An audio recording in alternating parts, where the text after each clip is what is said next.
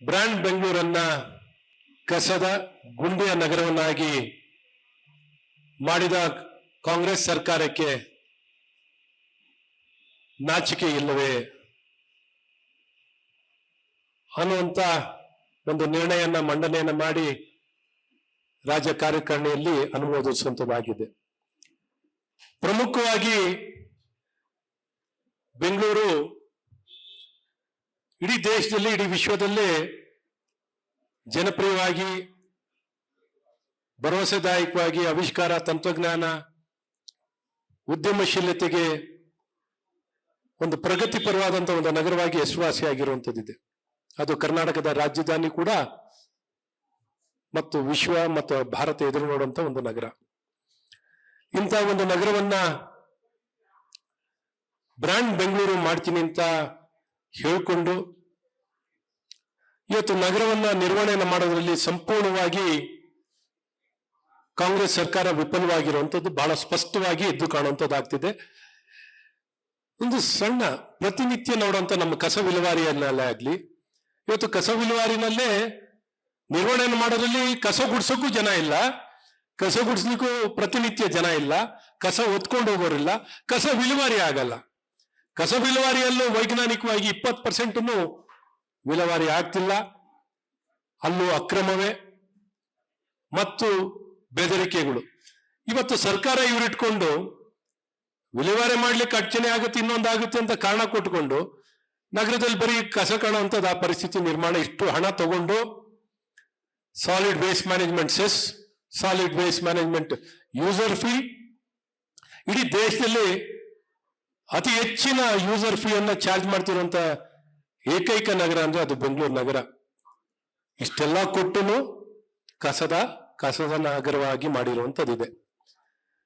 ಇನ್ನ 12,000 ಕಿಲೋಮೀಟರ್ ಇರುವಂತ ನಮ್ಮ ಬೆಂಗಳೂರು ನಗರ 40%ಗಿಂತ ಹೆಚ್ಚು ರೋಡ್ಗಳು 12,000 ಕಿಲೋಮೀಟರ್ ಅಲ್ಲಿ ಬರೀ ಗುಂಡಿ ಕಾಣುವಂಥದ್ದೇ ಆಗುತ್ತೆ. ಗುಂಡಿಗಳ ಕೆಲವು ಕಡೆ ಗುಂಡಿಯಲ್ಲಿ ರಸ್ತೆ ಇದೆ, ಇನ್ ಮಿಕ್ಕಿದ ಕಡೆ ರಸ್ತೆಯಲ್ಲಿ ಗುಂಡಿ ಇರುವಂತದ್ದಿದೆ. ಸೊ ಈ ರೀತಿ ಪರಿಸ್ಥಿತಿಯಲ್ಲಿ ಎಲ್ಲಿ ವಾಹನಗಳು ಚಲನೆ ಮಾಡಕ್ಕಾಗುತ್ತೆ? 1,20,00,000 ವಾಹನಗಳಿದೆ. ಯಾವುದೇ ಒಂದು ಪೀಕ್ ಅವರ್ನಲ್ಲಿ ತಗೊಂಡ್ರು ಕನಿಷ್ಠ 35 ಲಕ್ಷ ವಾಹನಗಳು ಚಾಲ್ತಿ ಇರುತ್ತೆ. 2 ರಿಂದ 3 ಗಂಟೆ ಕಾಲ ಇವತ್ತು ಎಲ್ಲೇ ಒಂದ್ ಕಡೆ ತಲುಪಬೇಕು ಅಂದ್ರೆ 2 ರಿಂದ 3 ಗಂಟೆ ಕಾಲ ಆ ಟ್ರಾಫಿಕ್ ಅಲ್ಲಿ ರಸ್ತೆಯಲ್ಲಿ ಸಿಗಾಕೊಳ್ಳುವಂಥದ್ದಾಗುತ್ತೆ. ಸೊ ಪ್ರೊಡಕ್ಟಿವಿಟಿ 1 ಲಕ್ಷಕ್ಕಿಂತ ಹೆಚ್ಚು ನಷ್ಟ ಆಗ್ತಿರುವಂತದ್ದಿದೆ, ಮೌಲ್ಯದಷ್ಟು ನಷ್ಟ. ಹಾಗಾಗಿ ರಸ್ತೆಗಳು ಗುಂಡಿ ಮುಚ್ಚಕ್ಕೆ ಆಗ್ತಿಲ್ಲ. ಇವತ್ತು 1,40,00,000 ಕೋಟಿ ಹಣವನ್ನ ಬೆಂಗಳೂರಿನ ಅಭಿವೃದ್ಧಿಗೆ ಕೊಟ್ಟಿದೀವಿ ಅಂತ ಬಡಾಯಿ ಬಿಡ್ಕೋತಾರೆ. ಅದು ಎಲ್ಲಿದೆ ಅಂತ ನನಗೂ ಕೇಳಬೇಕಾಗಿದೆ. ಸೊ ಇವತ್ತು ಕನಿಷ್ಠ ಗುಂಡಿ ಮುಚ್ಚೋದ್ರಲ್ಲಿ ವಿಫಲವಾಗಿರೋ ಈ ಕಾಂಗ್ರೆಸ್ ಸರ್ಕಾರ ಪ್ರತಿಯೊಂದು ವಿಚಾರ, ಕರೆಂಟ್ ಸರಬರಾಜಿನಲ್ಲೂ ಗುಣಮಟ್ಟದ ಕರೆಂಟ್ ಕೊಡೋದ್ರಲ್ಲೂ ವಿಫಲವಾಗಿದೆ. ಇಡೀ ದೇಶದಲ್ಲಿ ಕಾಸ್ಟ್ಲೆಸ್ಟ್ ಕರೆಂಟಿನ ಚಾರ್ಜ್, ಸರ್ವಿಸ್ ಚಾರ್ಜ್ ಅನ್ನ ಬೆಸ್ಕಾಂ ಕೊಡ್ತಿರೋ ನಾವು. ಆದ್ರೆ ಗುಣಮಟ್ಟದೇ ಇಲ್ಲ. ಇವತ್ತು ಬೆಸ್ಕಾಂ ಸಿ ಗ್ರೇಡ್ ಆಗಿಬಿಟ್ಟಿದೆ. 24,000 ಕೋಟಿ ನಷ್ಟದಲ್ಲಿ ಬೆಸ್ಕಾಂ ನಡೀತಿರುವಂತದ್ದಿದೆ.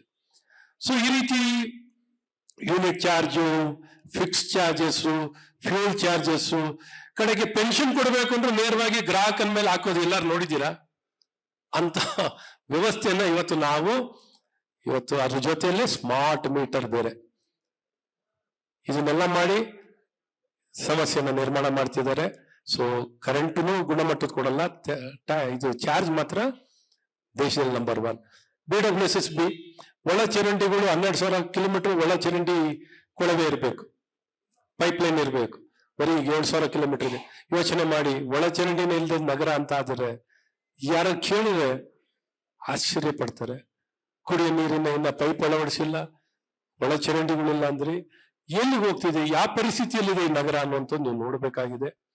ಮತ್ತು ಶುದ್ಧೀಕರಣ, ವೇಸ್ಟ್ ವಾಟರ್ ಶುದ್ಧೀಕರಣ ಘಟಕಗಳು, ಇವತ್ತು ಅದನ್ನ ಶುದ್ಧೀಕರಣ ಘಟಕಗಳು ಕನಿಷ್ಠ 2,500 MLD ಕೆಪಾಸಿಟಿ ಇರಬೇಕು. 1,500 ಕೆಪಾಸಿಟಿಗಿದೆ. ಅದು ಕೆಲಸ ಮಾಡೋದ್ರಲ್ಲಿ ವರ್ಕ್ ಮಾಡೋಂಥದ್ದು ಒಂದು ಅರ್ಧ ಇರ್ಬೋದು, ಅದೊಂದು ಇರುತ್ತೆ. ಕೆಲಸ ಮಾಡುವಂಥದ್ದು ಎಷ್ಟಿದೆ ಅಂತ ನೋಡ್ಬೇಕಾಗಿದೆ.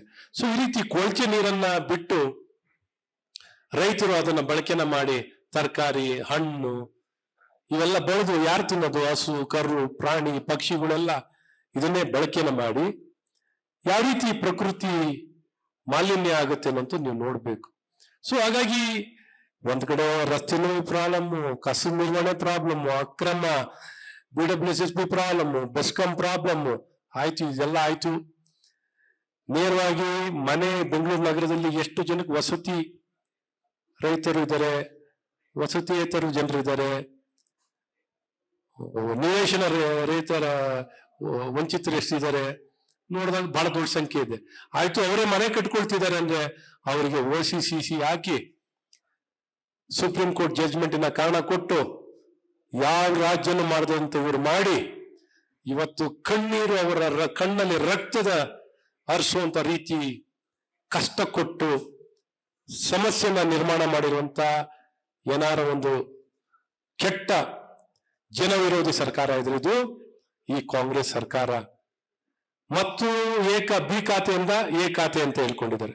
ಈ ಖಾತೆಗಳು ಈ ಖಾತೆ, ಎ ಖಾತೆ, ಆ ಖಾತೆ ಹೇಳಿ ಈ ಖಾತೆಗಳು ಕೊಡಕ್ಕೂ ಖಾತೆಗಳು ಬೇಕಾಗಿರೋ 35 ಲಕ್ಷಕ್ಕಿಂತ ಹೆಚ್ಚಿನ ಜನ ಇದ್ದಾರೆ. ಆದ್ರೆ ಇವತ್ತು ಆ ಖಾತೆಗೂ ಬರೋರಿಲ್ಲ.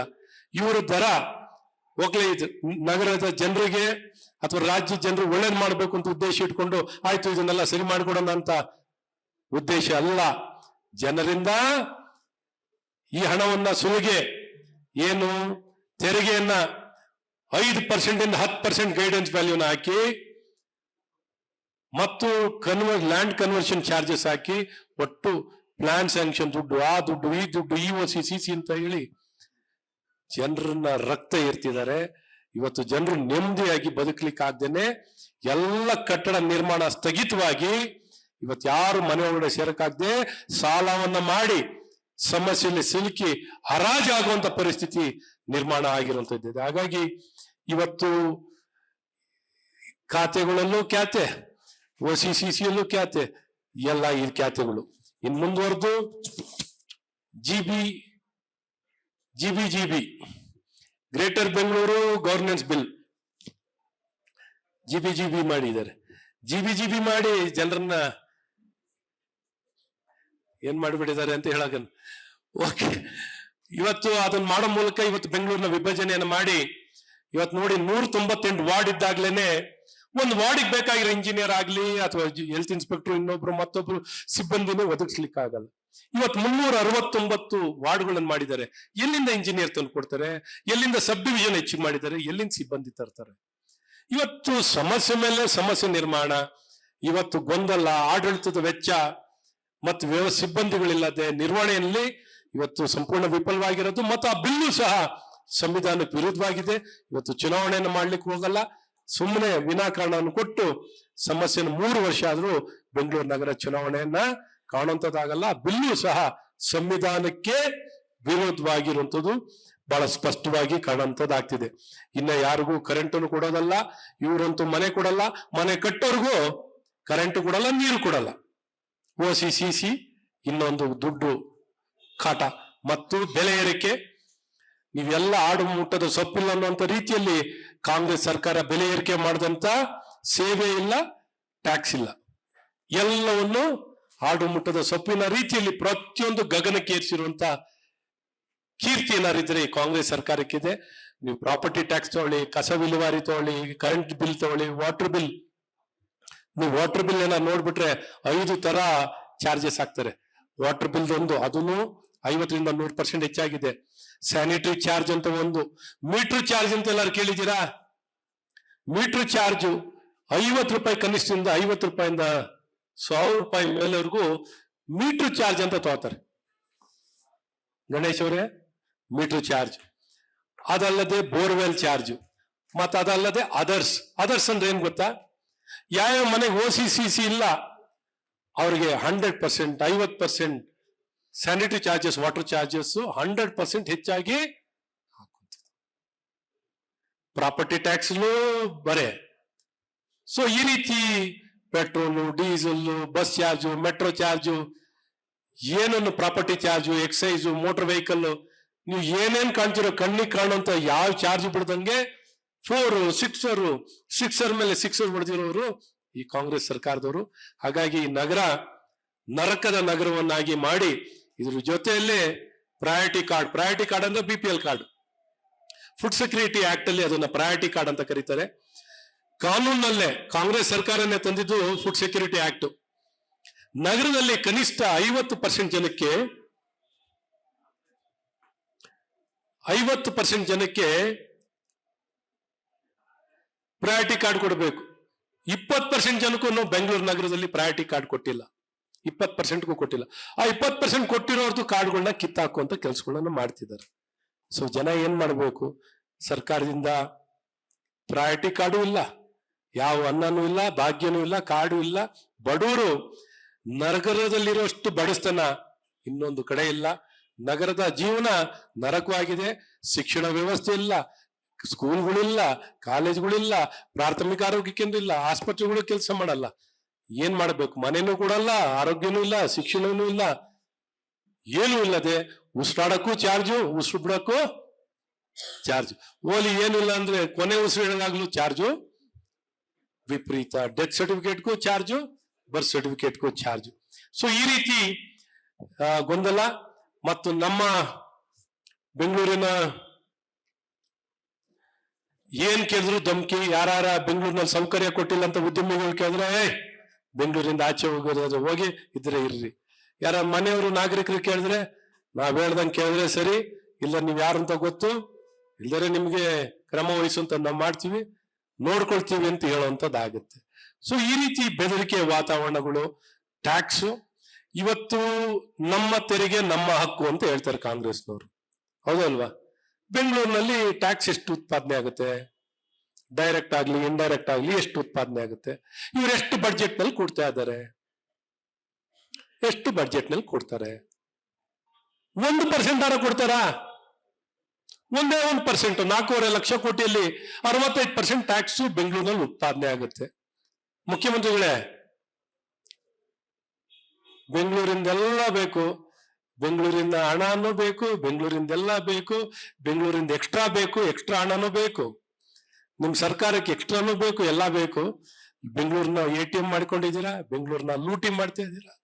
1% ಕೊಡ್ದೇನೆ ನೀವು ಯಾವ ರೀತಿ ನಗರ ಕಟ್ತೀರಾ? ಯಾವ ರೀತಿ ಸುಧಾರಣೆಯನ್ನು ಕಾಣ್ತೀರಾ? ಯಾವ ರೀತಿ ಪ್ರಗತಿಯನ್ನು ಕಾಣ್ತೀರಾ?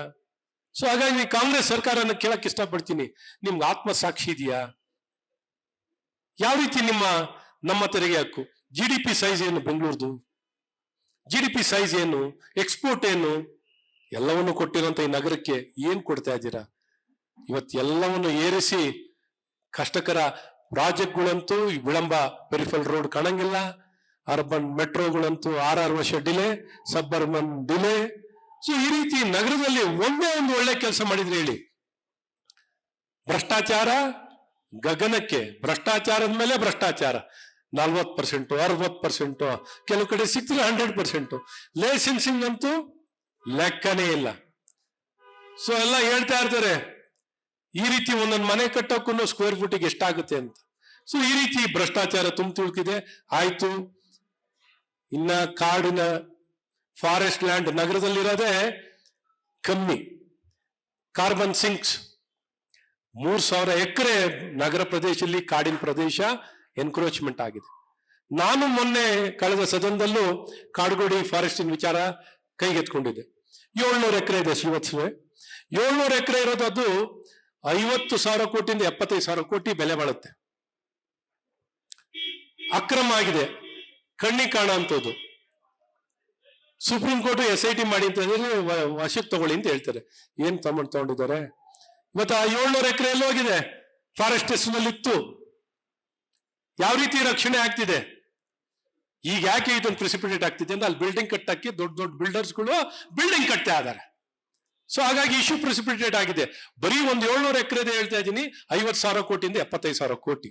ಸ್ಮಾರ್ಟ್ ಮೀಟರು 15,000 ಕೋಟಿ, ಬರೀ ಹೊಸ ಮನೆಗಳು ಕೊಡ್ತಿರೋದ್ರಿಂದನೇ 15,000 ಕೋಟಿ. ಇನ್ CS ಸೈಟ್ಗಳು. ಸೊ ಈ ರೀತಿ ನೀವು ಕೊಟ್ಟಿರೋ ಟ್ಯಾಕ್ಸ್ಗಂತೂ ಇಲ್ಲ, ಜನರಿಂದನೂ ಲೂಟಿ, ಜನರ ಜೇಬಿಂದನೂ ಲೂಟಿ, ಸರ್ಕಾರದಿಂದನೂ ಲೂಟಿ, ಪೇಮೆಂಟ್ ಅಲ್ಲೂ ಲೂಟಿ, ಕಂಡಲ್ಲಿ ಎಲ್ಲಾ ಕಡೆ ಲೂಟಿ. ಅರಣ್ಯ ಜಮೀನನ್ನು 3,000 ಎಕರೆ ಕೇಳೋರಿಲ್ಲ. ಸೊ ಹಾಗೆ ಕಾನೂನು ಸುವ್ಯವಸ್ಥೆ ಅಂತೂ ಕೇಳಲೇಬೇಡಿ. ಸಿಬ್ಬಂದಿಗಳ ಕೊರತೆ, ಈ ರೀತಿ ಬೆಂಗಳೂರಿನಲ್ಲಿ ಪೌರಕಾರ್ಮಿಕರ ಕೊರತೆ, ಇಂಜಿನಿಯರ್ ಕೊರತೆ, ಪೊಲೀಸ್ ಕೊರತೆ, ಎಲ್ಲೆಲ್ಲೂ ಅತ್ಯಾಚಾರಗಳು, ಮಹಿಳೆಯರ ಮೇಲೆ ಏನಾರು ಅತ್ಯಾಚಾರ ಆದ್ರೆ ಸಾಧಾರಣ, ಅದು ಕಾಮನ್. ಸಿಬ್ಬಂದಿಗಳು ಈ ರೀತಿ ಎಲ್ಲೂ ಏನು ಇಲ್ಲದೆ ಸಮಸ್ಯೆಗಳನ್ನ ನಿರ್ಮಾಣ ಮಾಡಿ, ಶಿಕ್ಷಣದಲ್ಲಂತೂ ಕೇಳಲೇಬೇಡಿ. ಆರೋಗ್ಯ ಕೇಂದ್ರಕ್ಕೆ ಹೋಗಿ ಎಲ್ಲಾರ ಆ ಔಷಧಿ ಮಾತ್ರೆ ಇದೆ ಅಂತ ಕೇಳಿ, ಔಷಧಿ ಮಾತ್ರೆ. ಬೆಂಗಳೂರು ನಗರನೇ ಈ ಪರಿಸ್ಥಿತಿ ಇದೆ ಅಂದ್ರೆ ಬೇರೆ ಕಡೆ ಇನ್ನೇನಿರ್ಬೋದು ಅಂತ ಯೋಚನೆ ಮಾಡಿ. ಈ ಮಟ್ಟದಲ್ಲಿ ನೀರಿಂದ ಹಿಡಿದು ಎಲ್ಲದರಲ್ಲೂ ಸಮಸ್ಯೆ ನಿರ್ಮಾಣ ಮಾಡಿರುವಂತ, ಎಲ್ಲಾ ಬೆಲೆ ಏರಿಕೆಗಳನ್ನ ಮಾಡಿ ನರಕ ಯಾತನೆ ಕೊಡ್ತಿರುವಂತ ಈ ಕಾಂಗ್ರೆಸ್ ಸರ್ಕಾರ ತನ್ನ ತಪ್ಪುಗಳನ್ನೆಲ್ಲ ಸರಿ ಮಾಡಿಕೊಂಡು ಈಗ ತಕ್ಷಣ ಈ ಏನ್ ಸಮಸ್ಯೆಗಳು ಏನ್ ಕಣ್ಣು ಮುಂದೆ ಇವತ್ತು ಮಂಡಿಸುವಂತದ್ದಾಗಿದೆ, ಇವನ್ನೆಲ್ಲ ತಕ್ಷಣ ನಿಗದಿತ ಕಾಲಾವಕಾಶದಲ್ಲಿ ಇವನ್ನೆಲ್ಲ ಬಗೆಹರಿಸುವಂತದ್ದು ಮಾಡಿ, ನೀವು ಬಗೆಹರಿಸಲಿಲ್ಲ ಅಂದ್ರೆ ಬೆಂಗಳೂರು ಉಳಿಸೋಣ ಅನ್ನುವಂತ ಜನಾಂದೋಲನವನ್ನ ಮಾಡಿ ಜನರು ಕಾಪಾಡುವಂತ ಕೆಲಸ, ನಗರವನ್ನ ಕಾಪಾಡುವಂತ ಕೆಲಸ ಇವತ್ತು ಭಾರತೀಯ ಜನತಾ ಪಾರ್ಟಿಯ ಎಲ್ಲಾ ಕಾರ್ಯಕರ್ತರು, ಚುನಾಯಿತ ಪ್ರತಿನಿಧಿಗಳು ಮುಂಚೂಣಿಯಲ್ಲಿ ನಿಂತು ಈ ಕಾರ್ಯವನ್ನ ಮಾಡ್ತೀವಿ ಅಂತ ಸರ್ಕಾರಕ್ಕೆ ಸ್ಪಷ್ಟ ಎಚ್ಚರಿಕೆಯನ್ನು ಕೊಡಕ್ಕೆ ಇಷ್ಟಪಡ್ತೀನಿ.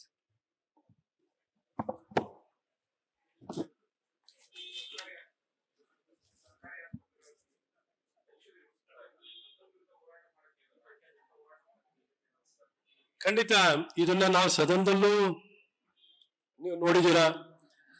ಈಗ ಮೊದಲು ಎಸೆನ್ಷಿಯಲ್ ಡ್ರಗ್ಸ್ ಅಂತ 700 ಇತ್ತು, 730, 720.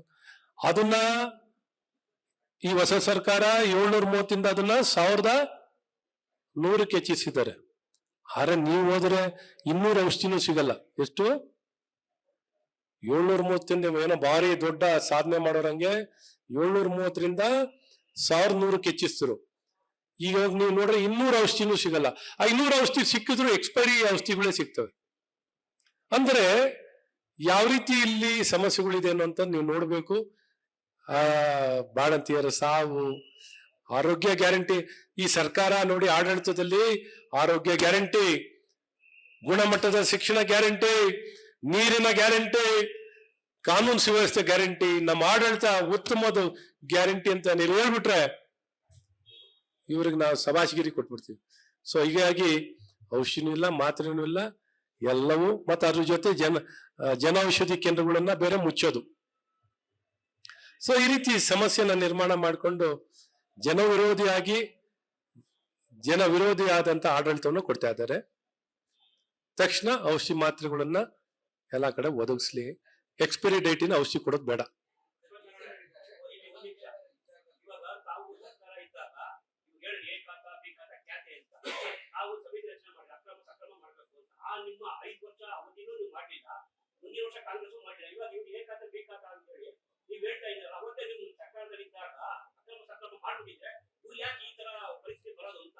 ಖಂಡಿತ ಈ ದಿಕ್ಕಿನಲ್ಲಿ ಎಲ್ಲ ಕ್ರಮ ವಹಿಸುವಂತ ಕೆಲಸಗಳು ನಮ್ಮಿಂದನೂ ಆಗಿತ್ತು.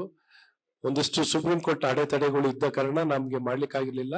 ಆದರೂ ಸಹ ಇವತ್ತು ಖಾತೆಗಳು ಇನ್ನೊಂದು ಮತ್ತೊಂದು ನಾವ್ಯಾರು ಈ ರೀತಿ ಸಮಸ್ಯೆ ಪ್ರಿಸಿಪಿಟೇಟ್ ಮಾಡಿರ್ಲಿಲ್ಲ. ಈಗ ನೋಡಿ, ಇವರು OCCC ಇಲ್ಲದೆ ಮನೆ ಕರೆಂಟ್ ಇಲ್ಲ, ನೀರಿಲ್ಲ. ಅವ್ರನ್ನೆಲ್ಲ ಇವತ್ತು 15% ವರೆಗೂ ಸಕ್ರಮ ಮಾಡ್ತೀವಿ ಅಂತಾರೆ. 90% ಬಿಲ್ಡಿಂಗು ನಿಮ್ಗೆ 15% ಒಳಗಡೆ ಫಿಟ್ಟೇ ಆಗಲ್ಲ ಸ್ವಾಮಿ. 90% ಬಿಲ್ಡಿಂಗು ಫಿಟ್ಟೇ ಆಗಲ್ಲ. ಏನ್ ಮಾಡ್ತಿದ್ದಾರೆ ಇವಾಗ? ಏನಾಗ್ಬೇಕು ಅವ್ರ ಕತೆ? ಏನಾಗ್ಬೇಕು ಹೇಳಿ? ಸೊ ನಾವಿದ್ದಾಗ ನೋಡಿ ಕರೆಂಟ್ ಅನ್ನು ಕೊಡೋದನ್ನ ಆಗ್ಲೂ ಅಧಿಕಾರಕ್ಕೆ ಬಂದಾಗ 13ರಿಂದ 18ರಲ್ಲೂ ಆಗ್ಲೂ ಕರೆಂಟ್ ಅನ್ನ ಕಡಿವಾಣ ಹಾಕೋದು, ಕರೆಂಟ್ ಕೊಡೋದನ್ನ ಯಾವ್ದು OC ಇಲ್ಲ, CC ಇಲ್ಲ, ಆಗ್ಲೂ ಇದೇ ಸಮಸ್ಯೆ ನಿರ್ಮಾಣ ಮಾಡಿದ್ರು. ನಾವು ಅದನ್ನ ಹಿಂದೆ ಪಡೆದು ಎಲ್ಲ ಮನೆಗಳಿಗೂ ಕರೆಂಟ್ ಕೊಡೋದನ್ನ ಅವಕಾಶವನ್ನು ಮಾಡಿಕೊಟ್ಟು ತಾನಾಗ್ತಾನೆ ಖಾತೆಗಳು ಇನ್ನೊಂದು ಈಗೇನ್ ಮಾಡಿದ್ದಾರೆ ಅಂದ್ರೆ, ಏ ಖಾತೆ ಕೊಟ್ಟಿರೋರ್ಗು ಪುನರ್ ಪರಿಶೀಲನೆ ಮಾಡ್ತಿದ್ದಾರೆ. ಈ ಖಾತೆ ಮಾಡ್ಲಿಕ್ಕೆ ತಗೊಳ್ತಿದಾರಲ್ಲ, ಈ ಖಾತೆ ಮಾಡಕ್ ತಗೊಂಡಾಗ ಯಾವ್ದಾವ್ದು ಲೇಔಟ್ ಅಪ್ರೂವಲ್ ಆಗಿಲ್ಲ, ಇಂಥ ಆಸ್ತಿಗಳನ್ನ B ಖಾತೆಯಾಗಿ ಮಾಡ್ತಿದ್ದಾರೆ. ಯೋಚನೆ ಮಾಡಿ, ಬೆಂಗಳೂರಿನಲ್ಲಿ ಎಷ್ಟಿದೆ ಲೇಔಟ್ ಅಪ್ರೂವಲ್ ಇರೋವೆಲ್ಲ ರೆವಿನ್ಯೂ ಲೇಔಟ್ಗಳೇ. ಸೊ ಯಾವ ರೀತಿ ಸಮಸ್ಯೆಯನ್ನ ಎಲ್ಲಾ ಕಡೆ ನಿರ್ಮಾಣ ಮಾಡ್ತಿದ್ದಾರೆ. ಸಮಸ್ಯೆನ ಬಗೆಹರಿಸೋದು ನೋಡಿದೀನಿ. ಸಮಸ್ಯೆನ ಉಲ್ಬಣಗೊಳಿಸೋದು, ಸಮಸ್ಯೆ ನಿರ್ಮಾಣ ಮಾಡುವಂತ ಏನಾರು ಈ ಸರ್ಕಾರ ಜನವಿರೋಧಿ, ಇಷ್ಟು ಕ್ರೂರಿ ಸರ್ಕಾರ, ಜನ ವಿರೋಧಿ ಸರ್ಕಾರ. ಏನಾರ ಜನ ವಿರೋಧಿ ಸರ್ಕಾರಗಳು ಜನಪರವಾಗಿರೋದು ನೋಡಿದ್ದೀನಿ.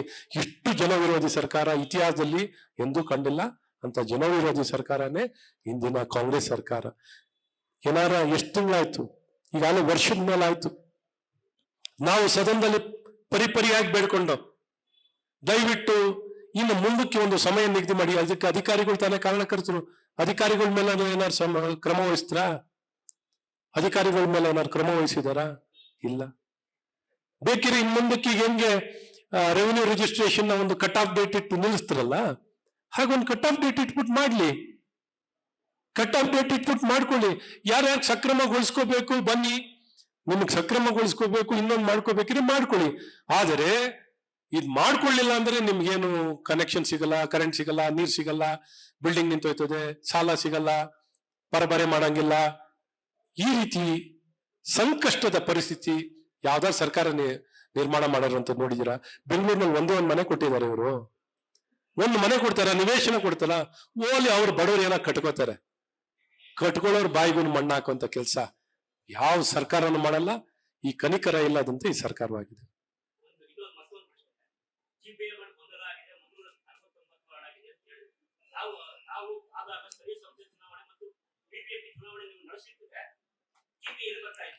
ನಾವು ಮಾಡಕ್ಕೆ ಅಂತಾನೆ ಎಲ್ಲ ಕ್ರಮ ವಹಿಸ್ತವಲ್ಲ. ಎಂಪಿರಿಕಲ್ ಡೇಟಾ ತರಬೇಕು ಅಂತ ಅಂದ್ರು. ಭಕ್ತವತ್ಸಲ ಅವರ ಸಮಿತಿ ಮಾಡುವಂತದ್ದಾಗಿತ್ತು. ಬಿಲ್ ಅನ್ನು ಹೊಸದಾಗಿ ತಂದು ನಾವೆಲ್ಲ ಕಾರ್ಯರೂಪಕ್ಕೆ ಚುನಾವಣೆಯನ್ನು ಮಾಡ್ಲಿಕ್ಕೆ ಫೈನಲ್ ನೋಟಿಫಿಕೇಶನ್ ಮಾಡಿ ವಿರುದ್ಧವಾಗಿ ಹೋದವ್ರು ಯಾರು? ಕಾಂಗ್ರೆಸ್ನವರೇ. ಯಾರು? ಅಂದಿನ ನಿಕಟಪೂರ್ವ ನಗರಸಭಾ ಸದಸ್ಯರುಗಳೇ ಕಾಂಗ್ರೆಸ್ನವರೇ ಇದ್ರ ವಿರುದ್ಧವಾಗಿ ಹೋಗಿದ್ರು. ಚುನಾವಣೆನ ಆಗೋದನ್ನ ತಡೆದವ್ರು ಯಾರು? ಅವ್ರ ಭಯ ಆಯ್ತು, ನಾವು ಚುನಾವಣೆ ಎದುರಿಸಿದ್ರೆ ಸೋತೋಗ್ತೀವಿ, ಚುನಾವಣೆ ಮುಂಚೆ ಹೇಗಾರು ಮಾಡಿ ತಡಿಬೇಕು ಅಂತ ಹೋಗಿ ಅವ್ರ ಚುನಾವಣೆಯನ್ನ ನಿಲ್ಲಿಸುವಂತ ಕೆಲ್ಸಗಳನ್ನ ಈ ರಿಸರ್ವೇಶನ್ ವಿಚಾರದಲ್ಲಿ, ಬೇರೆ ಬೇರೆ ಎಂಪಿರಿಕಲ್ ಡೇಟಾ ವಿಚಾರದಲ್ಲಿ ಹೋಗಿ ತಡೆಯುವಂತ ಕೆಲಸಗಳನ್ನ ಮಾಡಿದ್ದಾರೆ.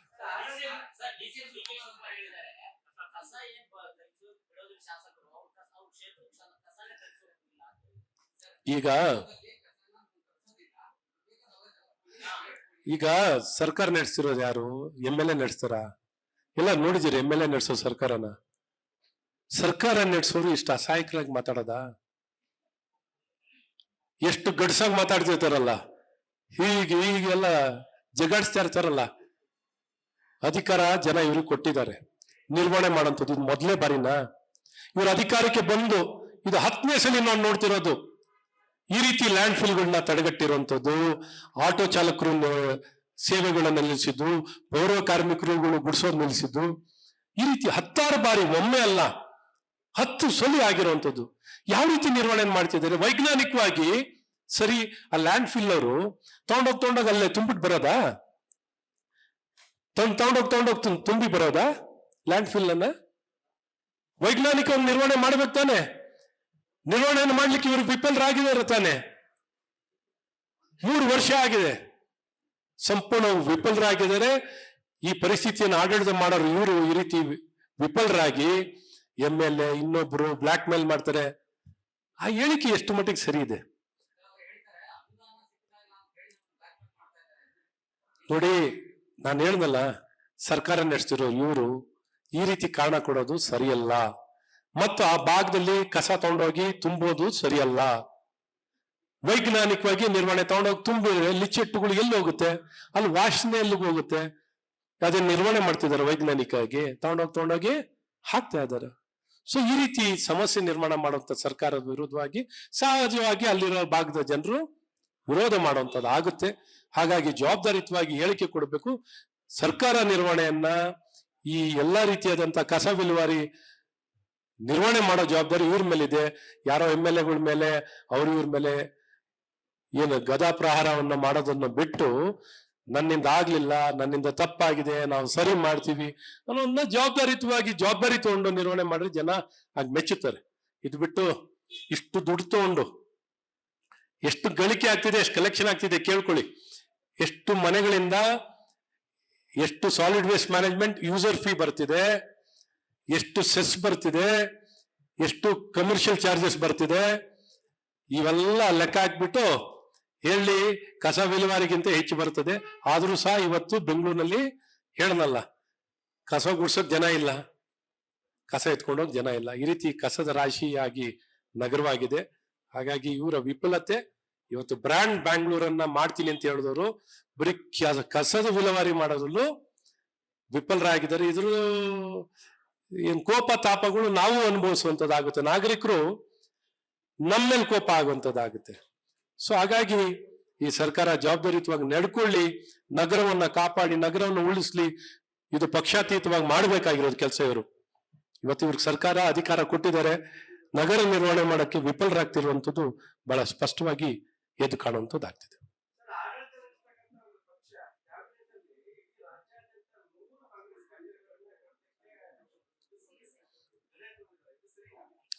ಈಗೆಲ್ಲ ಬರ್ತಾರೆ ಈಗ ರಾಜ್ಯದ ಸಮಸ್ಯೆ ವಿಚಾರದಲ್ಲಿ ಮಾತಾಡಕ್ಕೆ, ಬಟ್ ಇವ್ರು ಮಾಡಿರೋದೆಲ್ಲ ತಪ್ಪು. ಈ ರೀತಿ CA ಸೈಟ್ಗಳನ್ನ ಎಲ್ಲ ತಾಲೂಕು ಮಟ್ಟದಿಂದ ಹಿಡಿದ ಎಲ್ಲಾ ಕಡೆಯನ್ನು ಬರೀ ಏನು 50 ರೂಪಾಯಿ 100 ರೂಪಾಯಿ ಇರಿ. 5% ಎಲ್ಲಿದೆ ಗುರುಗಳೇ? 5% ಆಫ್ ವಾಟ್? ಈ ರೀತಿ ಪರಬರೆಯನ್ನ ಮಾಡ್ತಿರುವಂತದ್ದು ಖಂಡಿತ ತಪ್ಪು. ಕಾಂಗ್ರೆಸ್ ಪಕ್ಷ ಸಮೃದ್ಧಿ ಭರಿತವಾಗಿದೆ, ಅವರ ಖಜಾನೆ ತುಂಬಿ ತುಳುತ್ತಿದೆ, ಇಡೀ ದೇಶಕ್ಕೆ ATM ಆಗಿದೆ. ಸದ್ಯಕ್ಕೆ ನಿಮ್ಮ ಪಕ್ಷಕ್ಕೆ ರಾಜ್ಯದಲ್ಲಿ ನಿಮ್ಮ ಪಕ್ಷದ ಕಚೇರಿ ಮಾಡಕಾರ ನೀವು ಜವಾಬ್ದಾರಿಯನ್ನು ತಗೊಂಡು ಈ ರೀತಿ ಎಲ್ಲ ನಗರದಲ್ಲಿರೋದು ವಿರಳವಾಗಿರೋ ಜಾಗಗಳು, ಸಾರ್ವಜನಿಕರ ಬಳಕೆಗೆ ಅಂತ ಇಟ್ಟಿರುವಂತ ಜಾಗನ ನೀವು ದುರ್ಬಳಕೆ ಮಾಡ್ಕೋಬೇಡಿ. ನಿಮ್ಮ ಪಕ್ಷದ ಕಚೇರಿನ ಕಟ್ಟಲಿಕ್ಕೆ ಬಳಕೆ ಮಾಡೋದು ಎಷ್ಟು ಮಟ್ಟಿಗೆ ಸರಿ ಇದೆ ಇಂಥದನ್ನ ಮಾಡೋದನ್ನ ನಿಲ್ಲಿಸಿ ಅಂತ ನಾನು ರಾಜ್ಯ ಸರ್ಕಾರ, ಕಾಂಗ್ರೆಸ್ ಸರ್ಕಾರಕ್ಕೆ ಒತ್ತಾಯವನ್ನ ಮಾಡ್ತೀನಿ.